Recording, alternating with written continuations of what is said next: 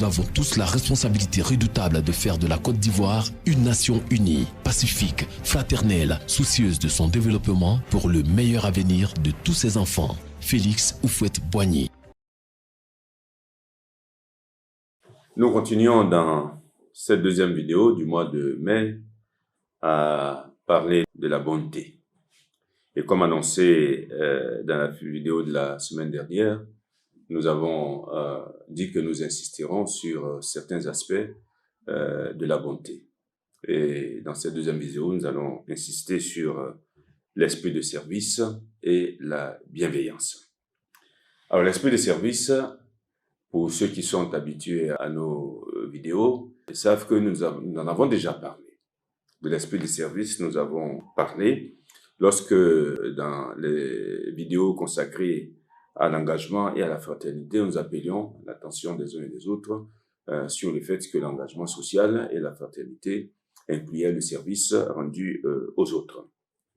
Aujourd'hui, nous voulons juste insister dans le cadre de cette vidéo sur le fait que l'esprit de service dont il est question ici, l'esprit de service qu'appelle la bonté, cet esprit de service doit procéder de ce sentiment intérieur de bonté qui nous pousse à rendre service les uns aux autres.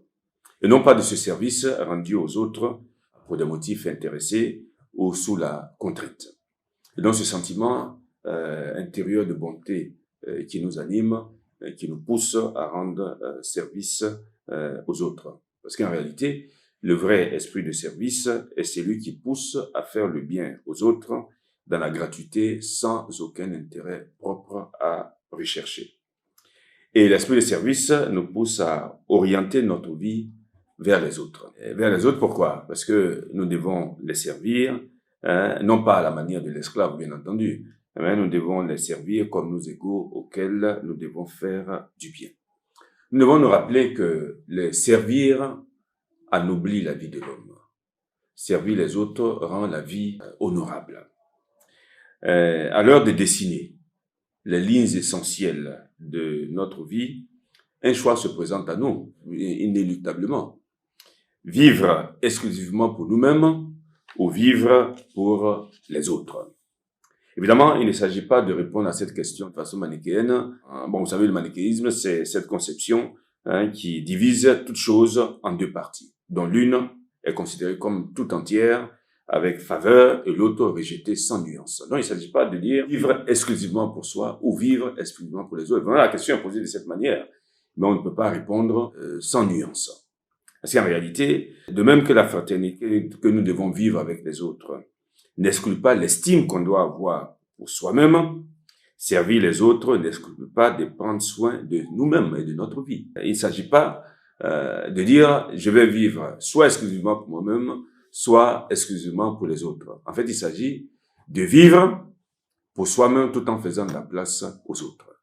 Et il s'agit d'orienter sa vie vers les autres tout en remplissant ses propres obligations vis-à-vis de soi-même. Et donc, faire la place aux autres dans sa vie pour les servir et leur faire du bien. Cicéron, que nous avons déjà cité et auquel vous commencez à être habitués dans le cadre de ces vidéos, disait que ramener tout à soi, c'est dissoudre complètement la communauté des hommes. Ramener tout à soi, c'est dissoudre complètement la communauté des hommes. Et donc, la bonté appelle l'esprit de service pour que nous puissions servir les autres de façon gratuite dans leur intérêt exclusif, sans bien entendu négliger nos obligations envers nous-mêmes. Maintenant, abordons la bienveillance. La bienveillance, qu'est-ce que c'est? Alors, la bienveillance, pour le dire de façon simple, c'est la disposition favorable que l'on a envers quelqu'un. Et la bienveillance a pour synonyme un mot qu'on aime beaucoup, la gentillesse. La bienveillance a pour synonyme la gentillesse, qui est la qualité d'une personne aimable, d'une personne attentionnée et d'une personne prévenante. Donc la bienveillance nous pousse à quoi? D'une part, à discerner chaque fois ce qui est le meilleur pour les autres et à le leur accorder. Et d'autre part, à éviter de leur causer du tort, à éviter de leur faire du mal par nos paroles, par nos actes et par nos actions. Évidemment, vous me direz que la vie est compliquée, c'est vrai, vous n'aurez pas tort de me dire. La vie est compliquée, parfois elle est très compliquée.